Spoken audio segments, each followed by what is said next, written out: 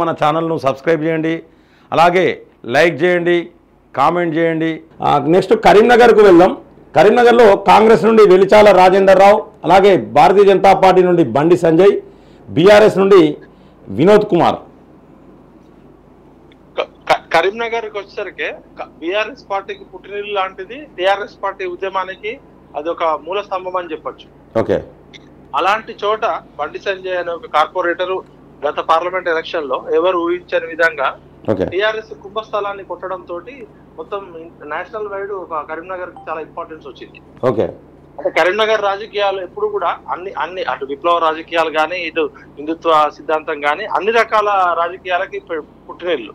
Okay, అటువంటి చోట ఒక మామూలు కార్పొరేటర్ స్థాయి వ్యక్తి వినోద్ రావుని కేసీఆర్ రైట్ హ్యాండ్ ని ఓడించడము, అయితే మొన్న అసెంబ్లీ ఎలక్షన్స్ లో మళ్ళా బండి సంజయ్ గారు ఓడిపోవడము, ఇప్పుడు పార్లమెంట్ ఎలక్షన్స్ లో మళ్ళా బండి సంజయ్ గారు ముందంజలో ఉండడం ఎట్లా చూడాలంటే, అక్కడ ఈ వెలమదొరల రాజ్యం పోవాలి అనేది మామూలు ప్రజల్లో కూడా అక్కడ నక్సలిజం బ్యాక్గ్రౌండ్ కావచ్చు, ఫ్యూడలిజం వల్ల ఎస్సీ ఎస్టీ బీసీలు కానీ ముఖ్యంగా అంటే యాంటీ వెలమ వేవ్ అనేది అండర్ కరెంట్ ఉంది అక్కడ.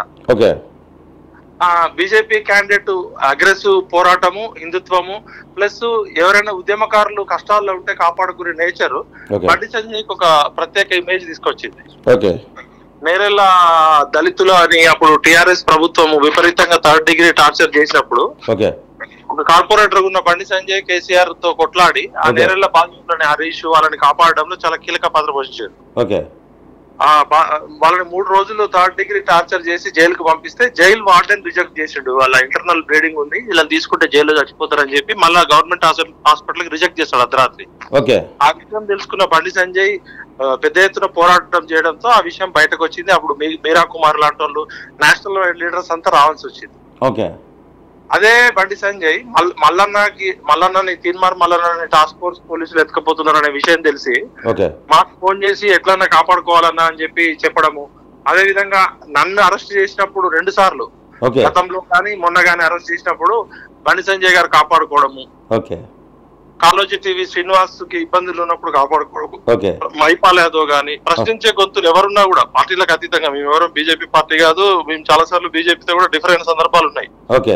ఒక జర్నలిస్టులని ప్రశ్నించే గొంతులని కాపాడుకోవడంలో టీఆర్ఎస్ చేస్తున్న దమనకాండకి బండి సంజయ్ ఒక అండగా నిలబడడం, దాంతో ఆయనకి స్టేట్ వైడ్ ఒక ఉద్యమకారులు అందరికీ అండగా ఉంటాయని ఇమేజ్ రావడం, ఏ ఇష్యూ జరిగినా కూడా ఫీల్డ్ మీదకి రావడం. అంటే కేసీఆర్ ని ఫామ్ హౌస్ లో పడుకున్న కేసీఆర్ ని రోడ్డు మీదకి తీసుకొచ్చిండు బండి సంజయ్ అనే ఒక నెరేటివ్ బిల్డ్ కావడం. కరీంనగర్ లో ఈసారి బండి సంజయ్ గారు 1,00,000 పైన మెజారిటీ గెలిచేయడానికి అవకాశాలు ఉన్నాయి. ఓకే అండి, అంటే మనకు కరీంనగర్గా 1,00,000 పైన మెజారిటీ, కరీంనగర్ 1,00,000 పైన మెజారిటీ కూడా బండి సంజయ్ గారు గెలిచే అవకాశం ఉన్నది.